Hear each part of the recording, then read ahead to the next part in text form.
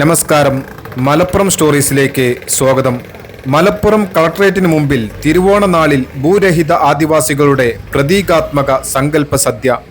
തിരുവോണ നാളിൽ മലപ്പുറം ജില്ലാ കളക്ടറേറ്റിന് മുമ്പിൽ ഒഴിഞ്ഞ ഇലയും ഗ്ലാസും ഉയർത്തി ഭൂരഹിത ആദിവാസികൾ പ്രതീകാത്മക സങ്കല്പ സദ്യ നടത്തി. നിലമ്പൂർ ഭൂസമര നായിക ബിന്ദു വൈലാശ്ശേരിയുടെ നേതൃത്വത്തിൽ നടക്കുന്ന രണ്ടാം ഘട്ട ഭൂസമരം 109 ദിവസം പിന്നിട്ടതിന്റെ ഭാഗമായാണ് ഈ പ്രതിഷേധം സംഘടിപ്പിച്ചത്.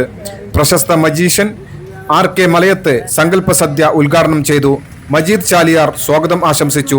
പ്രമുഖ മനുഷ്യാവകാശ പ്രവർത്തകൻ ഗ്രോ വാസു, അഡ്വക്കേറ്റ് പൗരൻ, വിളയോടി വേണുഗോപാൽ, ഇയച്ചേരി കുഞ്ഞികൃഷ്ണൻ മാസ്റ്റർ, ഡോക്ടർ ഹരി, ബിന്ദു വൈലാശ്ശേരി തുടങ്ങിയവർ പരിപാടിയിൽ സംസാരിച്ചു.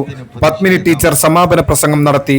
അഷ്റഫ്, ബാലൻ, സരോജിനി, ഗിരിദാസ്, നീലി അമ്മ, പ്രമോദ് മണ്ണിൽത്തൊടി, രാജു തുടങ്ങിയവർ പരിപാടിക്ക് നേതൃത്വം നൽകി.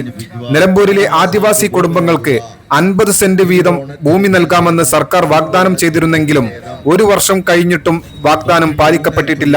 2024 മാർച്ച് 18-ന് ജില്ലാ കളക്ടറുമായുള്ള ചർച്ചയെ തുടർന്ന് 314 ദിവസം നീണ്ട സമരം താൽക്കാലികമായി നിർത്തിവച്ചിരുന്നു. എന്നാൽ വാഗ്ദാനം ലംഘിക്കപ്പെട്ടതിനെ തുടർന്ന് 2025 മെയ് 20-ന് സമരം വീണ്ടും ആരംഭിച്ചു.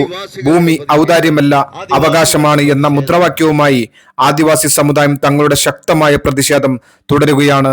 എല്ലാവർക്കും നന്ദി, നമസ്കാരം.